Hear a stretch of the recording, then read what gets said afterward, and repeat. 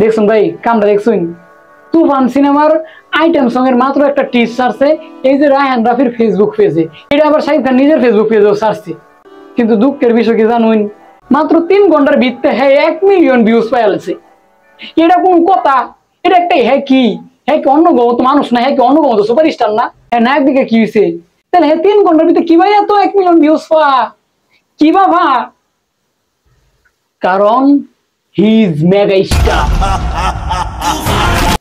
সে এখন আর সুপারস্টার নেই। Superstar tag Shakib Khan অনেক আগে ক্যারাম বোর্ডের মতো চুটকি মেরে একদম স্টেক করে দিয়েছে। এখন উনি মেগা স্টার। দর্শক, এই মেগা স্টার যখন যেটা ওনার ফেসবুক পেজে পোস্ট করছেন তখন সেটাই কিন্তু মিলিয়ন ভিউ ক্রস করে ফেলছেন।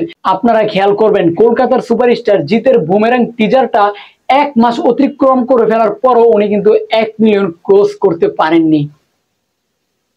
আমি কিন্তু জিতের এখানে দুর্নাম করছি না কিংবা শাকিব খানের সাফাই গাচ্ছি না, আমি শুধু সত্যটা আপনাদের মাঝে এটাই বলতে চাচ্ছি যে জিত অবশ্যই অবভিয়াসলি আনডাউটলি সুপারস্টার, কিন্তু শাকিব খান মেগা স্টার।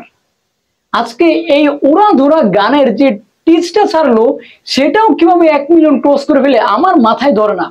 মানে মানুষ অল টাইমই অ্যাক্টিভ থাকে, কখন শাকিব খানের কি আসবে, কখন শাকিব খানের একটু চোখ নড়বে, কখন শাকিব খান একটু ডান্স করবে, কিভাবে ডান্স করছে, কি ড্রেস পরছে শাকিব খান, মানে ওনার যেই হেয়ার স্টাইল কি করতে যাচ্ছে এই তুফান সিনেমায় পুরোপুরি ভাবে শাকিব খানের সাথে ওনার যে ফ্যানরা রয়েছে, আমরা সাকিবিয়ানরা রয়েছি, প্রত্যেকটা সাকিবিয়ান কিন্তু অ্যাক্টিভ রয়েছে।